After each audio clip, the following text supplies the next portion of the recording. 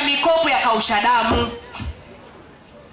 Ishini kulingana na hali yenu ya maisha na kipato. Watumishi, hakuna taasisi hata moja inayokwenda kumvuta shati au kumshika kolomelo mtumishi kwenda kumkopesha. Mtumishi anakwenda kukopa mwenyewe. Wanakopa mpaka ile 1/3 inakuwa hakuna, hakopesheki. Sababu ya msingi hakuna. Na wengine ni hatari zaidi kwa sababu wanakopa kwenye kipindi ambacho wanakaribia kustaafu. Sasa kunichamba mnanichamba. Sasa ukija pale kwangu mezani kwangu na barua hizi 3 za watumishi waliopeleka vikokotoo vyao kwenye makampuni wanajua wao wenyewe, mishahara inakwenda kule moja kwa moja na hela zinaliwa zote mpaka akiba zinaliwa. Ukiwaambia hawasikii. Je, hatuhitaji msaada wa afya ya akili? Tukubaliane hapa, inawezekana kuna vitu viko juu ya mawazo yetu. Ndio maana kuna wataalamu wa afya ya akili. Wakiongea na sisi kila wakati, tunao tukarudi kwenye mstari. Ndugu zangu, hili wimbi ni kubwa na ni la hatari, na tunashawishiana sisi wenyewe tulioko huko. Nenda kachukue, hakuna shida, mikopo ya bure. Wenzenu wale tutawafunga bure wengi. Hivi wewe unatoa wapi akili ya kupeleka kadi yako ya benki na password kumpa mtu? Kama uhitaji dokta wa afya ya akili wewe. Wewe unahitaji dokta wa afya ya akili, usibishe. Kwa sababu pia ndio maana tukimwambia mtu, wewe unashinda kwambia mimi sina shida. Umeelewa? Nani kaleo? Sijaelewa. Kumbe kalewa kweli. Hii kwa wazi kwa tunahitaji utaratibu. Ndugu katibu tawala, hili lazima tulipange vizuri kwa maslahi mapana ya watumishi wetu. Kama tunawapenda tuwasaidie kwenye hili. Na hili nalisema kwa moyo wa dhati kabisa na kwa moyo wa upendo. Watumishi tunahitaji msaada wa madaktari wa afya ya akili kila baada ya muda kutusaidia, kutuambia sisi ni wakina nani, tunafanyaje, tukoje, tumetoka wapi, tunaenda wapi. Misongo ya mawazo imezidi kuliko maelezo. Kuna mmoja hapa juzi, barua moja iko pale, kastaafu, ni mwalimu kastaafu. Barua yake juu ilivyoanza, rasmi kama uone ile barua. Juu pale ilivyoanza, ameanza pale juu hapo, kaandika nilienda sijui kwenye ofisi gani sijui niliitwa, nikafika nikaambiwa niache kadi yangu ya benki. Sasa nikaanza kusoma ili nielewe vizuri. Huyu ameitwaje ghafla, yeye anafika tu naambiwa acha kadi yako benki hapo naacha. Kusoma story ya mwisho nikataka kumwambia katibu wangu, mrudishie huyu mzee, mwambie aandike vizuri hii barua alete hapa, asijikanyage kanyage. Kaenda kakopa. Wakati anakwenda kukopa alishakuwa na mkopo mwingine sehemu.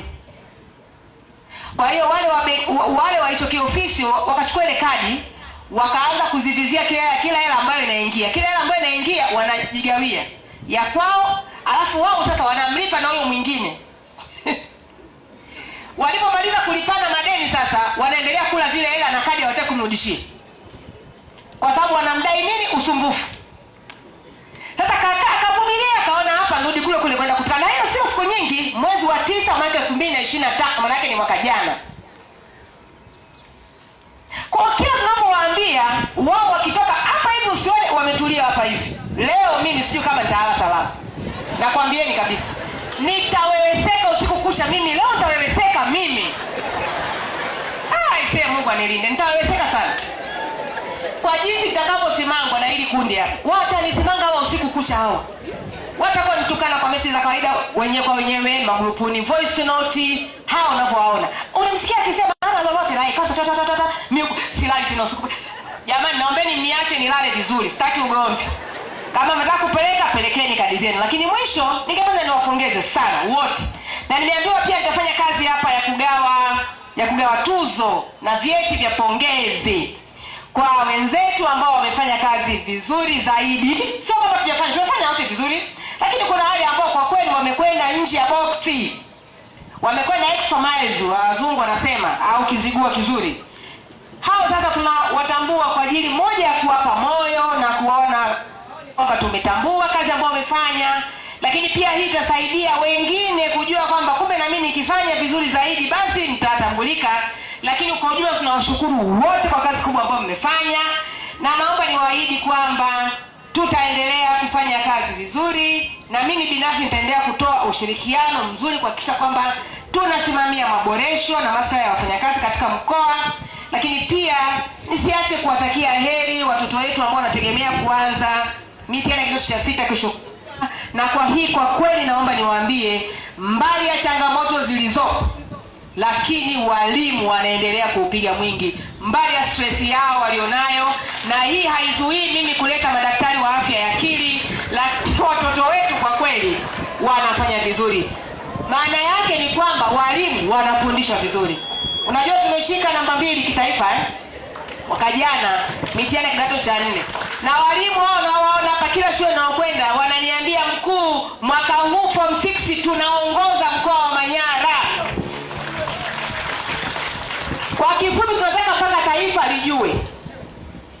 Yaani tu lijue tu, yani liwe na habari tu.